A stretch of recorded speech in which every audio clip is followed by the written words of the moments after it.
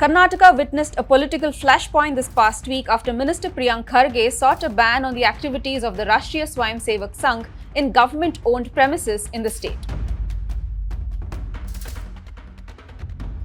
Soon, a blanket government order was passed to regulate all private organizations and entities from using state government properties, playgrounds, parks, roads, and water bodies. Is the Siddaramaiah-led Congress government using the government order to target the RSS? What are the constitutional and political implications of this conflict? Will this also impact civil society organizations fighting for people's rights? Namaskara, welcome to Decode Karnataka. I'm Nalme Nachiyar. On October 18th, Karnataka government decided to bring in rules to restrict activities of private organizations such as the RSS in public spaces.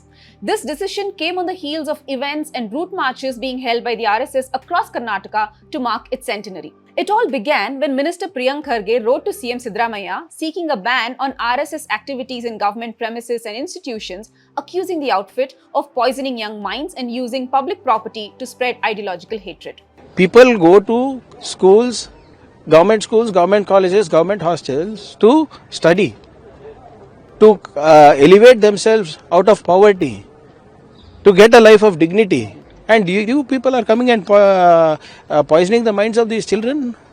What to wear, how to wear, whom to pray to, that my parents will teach at home. Even as the Chief Secretary was instructed by the CM to study the Tamil Nadu government's policy on RSS activities, Mr. Kharge began receiving abusive and threatening calls. Meanwhile, the minister also sought to restrict government employees from associating themselves with RSS and other such organizations as per existing conduct rules. He even suspended a Panchayat Development Officer for participating in an RSS march. Now, according to the current government order, all applicants must seek permission in writing 3 days before the intended event from the Deputy Commissioner of the district and the Commissioner of Police. Following verification, the competent authority will clear the application at least a day prior to the program in written order. While the government has clarified that it is neither intending to ban the RSS nor has it singled it out in the government order, it is being argued that such rules may be used selectively by those in power, while also stifling the already narrow space for protests by civil society organizations. For more on this, we speak to Vinay Sreenivasa, a Bengaluru-based advocate and civic activist. Hi Vinay, welcome to the show. Hi, thank you for having me. The recent order passed by the Karnataka government attempts to restrict use of government properties and premises by private organizations and associations, and it says it's to preserve, protect and ensure proper utilization of government properties. What are your thoughts regarding this order to start off with? Does it hold up to legal scrutiny? Are there any ambiguities, with how certain terms are defined in the order? See, this order has to be understood in a particular context, and that is in the context of what has been happening in Karnataka in the last few days after, this RSS conducted a very wide march in Bangalore last Sunday. And this order seems to have, this order has come following that. So, although nothing in the order says RSS or like anything, it has to be understood in that context. Now, looking at that context, one is I'd say that, this order is a bit hasty and it's not a well thought out order. Okay. And I'm not sure what was the need to bring in this order currently. And the reason I'm saying that is, see, for example, there has been concern about RSS using schools. And there was already an order passed by the Jagdish Shettar government in 2013, which said that schools should not be used for non-educational purposes. Of course, even though that order was there, RSS was doing their maybe baitaks or shakas in schools, other things which the education department was not acting upon. It's not just that. A few months back, somewhere near Whitefield, the BJP had organized a meeting in a government school on the question saying that, we are going to drive away illegal Bangladeshi immigrants. Right. And that, we are going to do a survey ourselves of who's Bangladeshi, etc. And, Whitefield is an area where there's a lot of migrants from Orissa, Assam, Bengal, etc., which put the migrants in a lot of fear. So I'm saying that had nothing to do with the school. But they did that event. Right? They did that event, the law and order department was aware, everybody is aware. Even though the Jagdish Shettar government had passed the 2013 order. Correct. So, the 2013 order was there, but in spite of that, people have been doing events in educational institutions which are not related to education. Right? So, you have not paid attention to the violation of that order. That is one. Second thing is, at least as far as Bangalore is concerned, there are two different police orders, both issued under the Karnataka Police Act. Okay. One is the 2009 order, which was licensing order. That order is for licensing of, it's a licensing and controlling of assemblies and processions. Right. And as we are aware, in around 2021, the High Court took up a suo motu petition about protests and rallies, etc. And while that order was being heard, the Bangalore City Police in 2022 passed another order on the licensing and regulation of protest, demonstration and protest marches 2021. So we have two orders in Bangalore which control protests, demonstrations, rallies and processions. And now the funny thing about these two orders is, one, the police passes this order of 2022. In 2022, they passed this order. That order says rallies are allowed to be held. But the May Day march has not been allowed for the last 3 years. And the police say that no, this is because of a High Court order. That High Court order was the suo motu petition that I mentioned. Okay. And while that petition was being heard, the High Court passed an interim order saying protests have to happen only at Freedom Park and no rallies. Right. Subsequently, the police bring this order, which says that protests will be held only in Freedom Park, except if the commissioner so agrees, it can be held elsewhere. And rallies are allowed, but you have to take permission. So the police themselves bring out an order saying rallies are allowed, protest rallies are allowed. But later on, if somebody applies for permission for a rally, they deny, saying there's a High Court order, when there is no High Court order saying that. Yeah. Right? Now, we come to the RSS march, which happened last Sunday.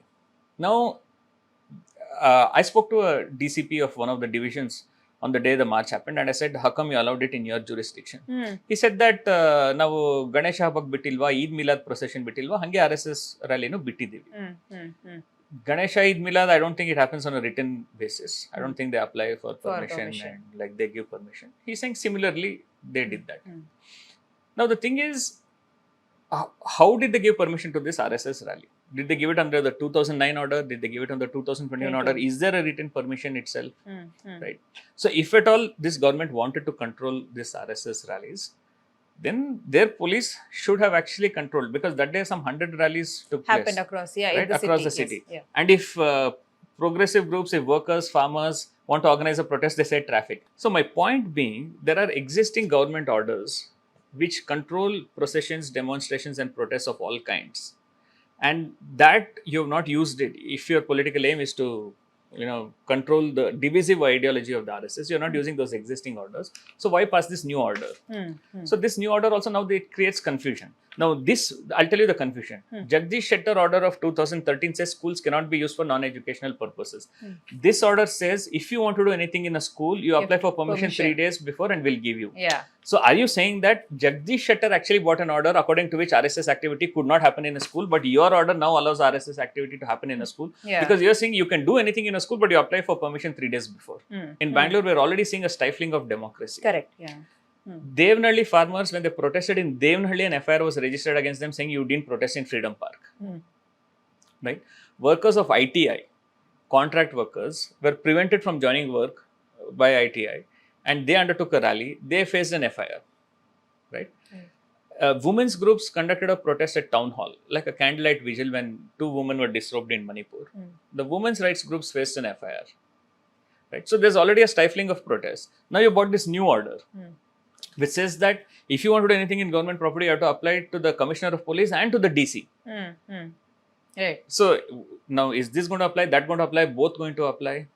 You see, so this order, I'm saying it's hasty. Coming back to the original point, I'm saying it's hasty because it might probably undo what was already there in terms of the schools and non-educational activities. But even then, it wasn't being implemented. It wasn't being implemented, right? So I'm saying you could have done something to make sure that is implemented instead of bringing this. And this, we don't know now what is going to happen to this, we don't know. And in this government order, if you see, they're saying that each department has to further frame guidelines. Right, yeah. And it could very well lead to more confusion. It could lead to more confusion. It could lead to more curbs on the freedom of expression. Yeah, okay. Adding to that, because it's like a blanket restriction of sorts on all private organizations, societies, trusts, entities, whether registered or not registered according to the order, could it become a double-edged sword in the sense that could it lead to danger of selective enforcement or misuse depending on who is in power at what Definitely, point? it can lead to misuse. And I mean, I ask it because as soon as this was brought in, Basangaud Patil Yatnal said, stop namaz in all, in fact, you're bringing up an public important places. point. I want to see that is so. There are two things to be kept in mind in terms of context. One is what happened with the RSS. Two is the prevailing Islamophobia in society. So the moment this order comes, Basangaud Patil Yatnal says, "What about namaz?" And Priyank Kharge says, "Yeah, for doing namaz also they have to apply." Correct, yeah. That does not make any sense because for doing Ganesha Habba, you're applying for permission, right? See, streets are commons, and commons have to be used by all. And of course, you can have some regulation, and of course, there have to be some reasonable restrictions.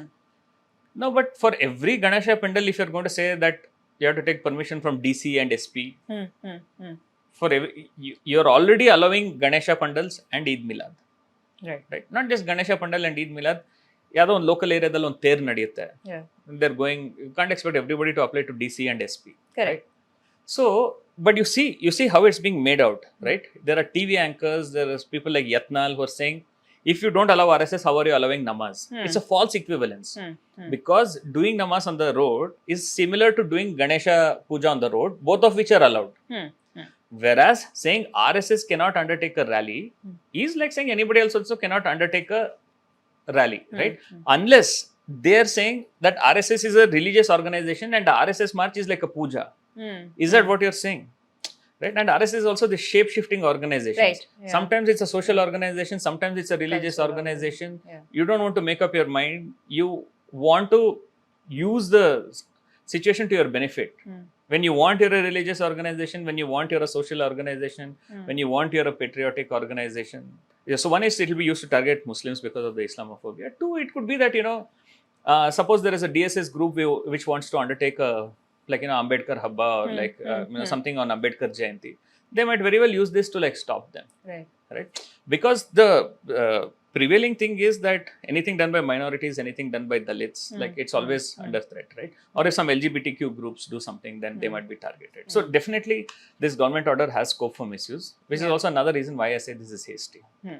When the discussions around this were happening, with Kharge's letter and everything, the CM first directed the Chief Secretary to study this Tamil Nadu, quote-unquote Tamil Nadu model or policy, which we now know doesn't exist strictly on paper as such. The TN government has prohibited RSS from holding shakas or public meetings on government land. There have been circulars by education departments, the higher education department in certain points, which has said, college campuses, schools can't be used to ensure that public institutions don't become sort of ideological tools.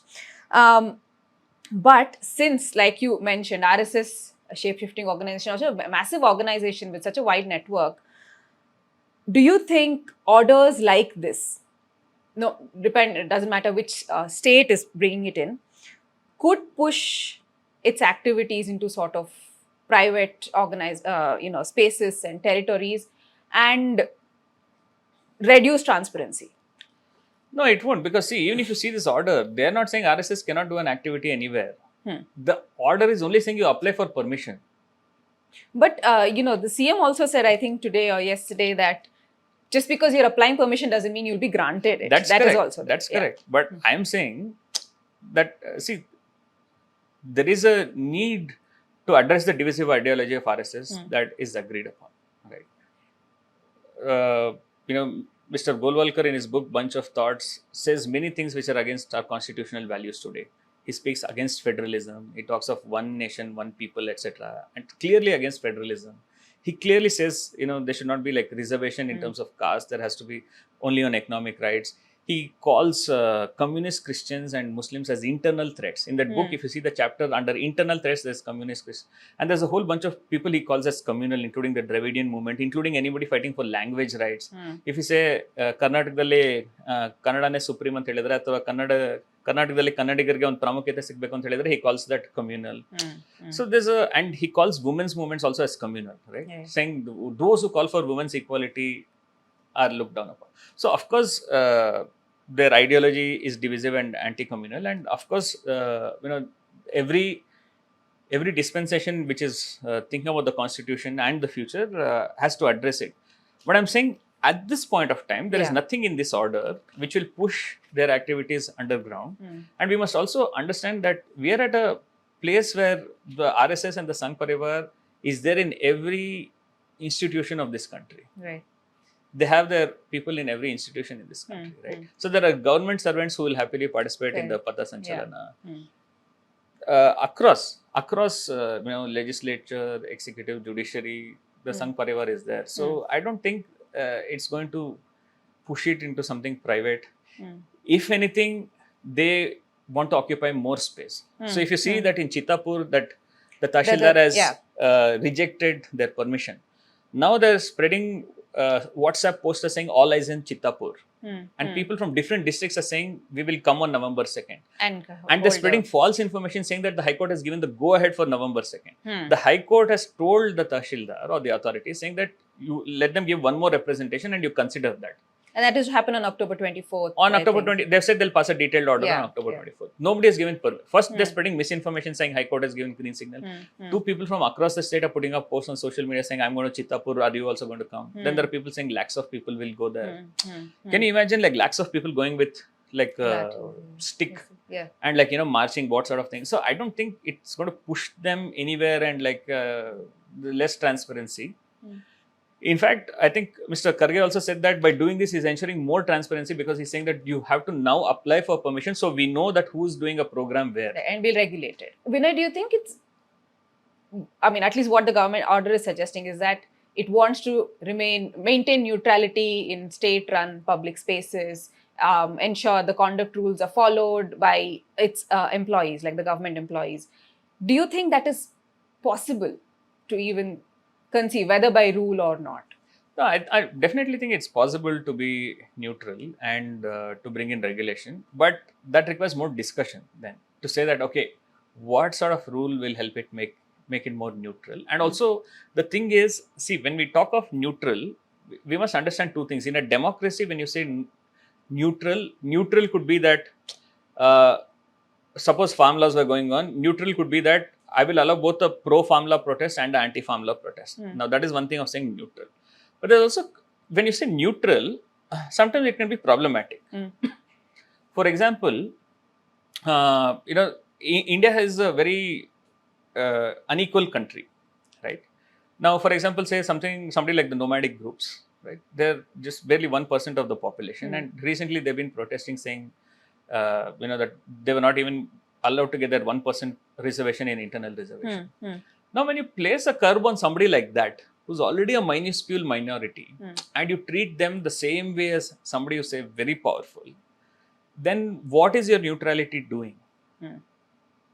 Right? What is your neutrality doing? So, therefore, I feel like when we say neutral, it's not a simple concept. You can say neutral in sense of I will treat, for example, all religions the same. That is fine.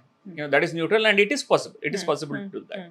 But we must think of like what is neutral. So therefore, I'm saying when we pass regulations like these, which have far-reaching implication, there has to be more discussion. Okay. And it's unfortunate that this government is not. They say that we are very democratic. We are as per the constitution. But you bring in a fake news bill, there is no discussion. You bring in an anti-hate speech bill, there is no discussion. This is there is no discussion. You might have a good intention, but you must understand that in a democracy, that is not enough to have a good intention, especially in a diverse country like India. Especially when we have challenges because of the increasing hate speech, fake news, and increasingly very, very extremely powerful, disturbingly powerful right wing. Any steps to achieve our constitutional visions must include more discussion. Right. Okay. And impact does matter more than the intention. Absolutely. And see, speaking of intention, the Chief Minister announced in his budget around 2 years back a program where school students, I think they'll have a 2-year class saying Navu Manojaru, to teach rationality, scientific temper, and like fraternity. I don't know what has happened to that program. Right. So the intention was good. Very happy when we saw that in the budget, but I don't know if that is come into practice. Right. And like you said, a lot of the bills that were brought in were also, rescinded. Also because they were, like you said, there was no discussion. There was a lot of backlash, and we don't know what has happened. They didn't. In fact, the drafts of the bill there's no official draft. We all have drafts. which is leaked to the media and media has given it. There is no official draft. The GO has also raised questions about public spaces, who gets to be in it, who doesn't. You did touch upon it in your first answer when you spoke about how different organizations have not been given permission by the government, right? So also this definition of public interest, like who can carry out what in public interest. So can you elaborate on what this will do to smaller entities and or civil society organizations and who are fighting for workers' rights, civil liberties and such? Like I said, I think I'm afraid that this will lead to a stifling of expression and speech, because this order also says in addition to the DC and SP, you have to apply, and then they might also ask you to take a no objection from PWD, from fire department, etc. So even if you want to say do a preamble reading somewhere, then they might say, yeah, but you have to take all these permissions, right? Or if you want to say celebrate a Sauharda Ugadi, there are groups that celebrate festivals in a secular manner and in a harmonious manner, then they might say do this, right? So it might be used to target smaller groups, but not powerful groups like the RSS. RSS is not going to have trouble getting permission. You managed to get a court hearing on a Sunday morning.